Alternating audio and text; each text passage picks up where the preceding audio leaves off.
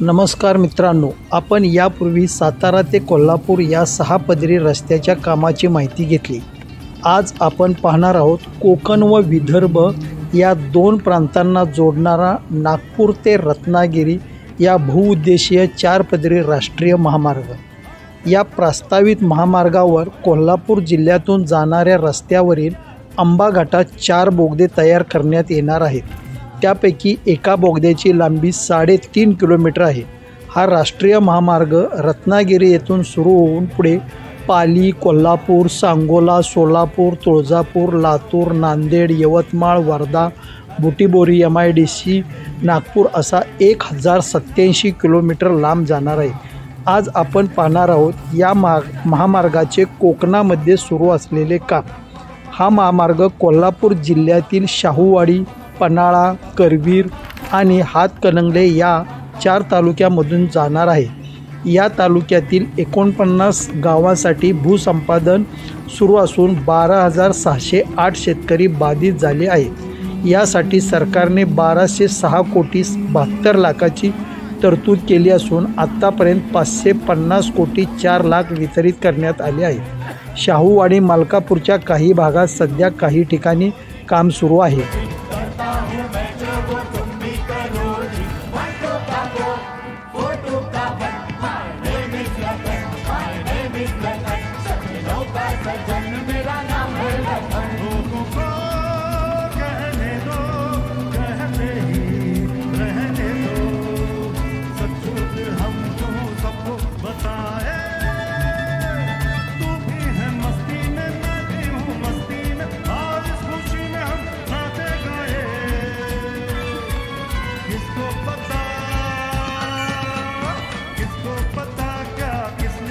आपण हे जे पाहत आहात अंबा घाटातील सुरू असलेले काम।